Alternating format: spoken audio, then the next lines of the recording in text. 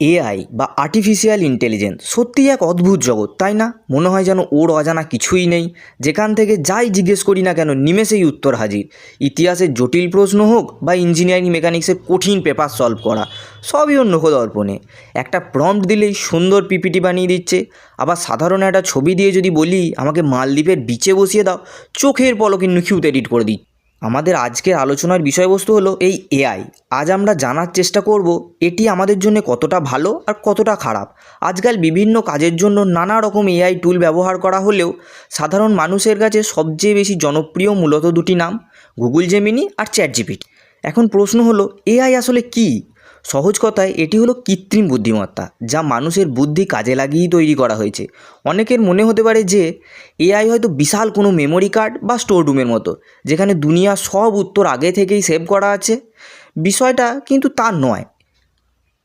AI মূলত মানুষের ভাষা, তথ্য এবং চিন্তার ধরন বিশ্লেষণ করে মুহূর্তের মধ্যে আপনার জন্য নতুন উত্তর বা সমাধান তৈরি করে দেয়। যার যখন যে বিষয়ে যতটা প্রয়োজন সে ঠিক ততটাই সাহায্য পায়। ইন্টারনেটের যুগে দাঁড়িয়ে এআই আমাদের দৈনন্দিন জীবনের এক অবিচ্ছেদ্য অঙ্গ হয়ে উঠেছে। মনে কোনো প্রশ্ন উকি দিলে ঠিক যেন বন্ধুর সাথে চ্যাট করার মতো এআইয়ের কাছে লজিক্যাল এবং গোছানো উত্তর পাওয়া যায়। বিভিন্ন সামাজিক বা রাজনৈতিক বিষয় নিয়ে আলোচনা করা বা তার যৌক্তিক মতামতও এখন মাত্র কয়েক সেকেন্ডের মধ্যে জানা যায়। কিন্তু মুদ্রার যেমন উল্টো পিঠ থাকে, তেমনি এআইয়েরও বেশ কিছু নেতিবাচক দিক রয়েছে। স্মার্টফোন আসার পর থেকেই মানুষ ধীরে ধীরে আরামপ্রিয় হতে শুরু করেছিল। মাঠে গিয়ে খেলাধুলোর চল কমেছে, টিভি, রেডিও বা টেপ রেকর্ডারের মতো যন্ত্রগুলো বিলুপ্তির পথে হেঁটেছে, আর মানুষ বন্দী হয়ে পড়েছে মুঠোফোনের সেলফি ক্যামেরা আর সোশ্যাল মিডিয়ার মায়াজালে।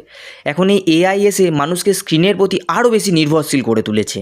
আগে একটা প্রজেক্ট বা পিপিটি বানাতে গেলে মানুষ নিজের ব্রেন খাটাতো, নিজের বুদ্ধির ব্যবহার করত। আজ মানুষ সেসব ভুলতে বসেছে। স্কুল কলেজের ছাত্রছাত্রীরাও এখন আর বই বা লাইব্রেরিতে পরীক্ষার সাজেশন খোঁজে না, তারা সরাসরি সার্চ করে এআই প্ল্যাটফর্মে। এভাবেই ধীরে ধীরে বই পড়ার অভ্যাস এবং নিজস্ব চিন্তাশক্তির ব্যবহার দুটোই মারাত্মকভাবে হ্রাস পাচ্ছে।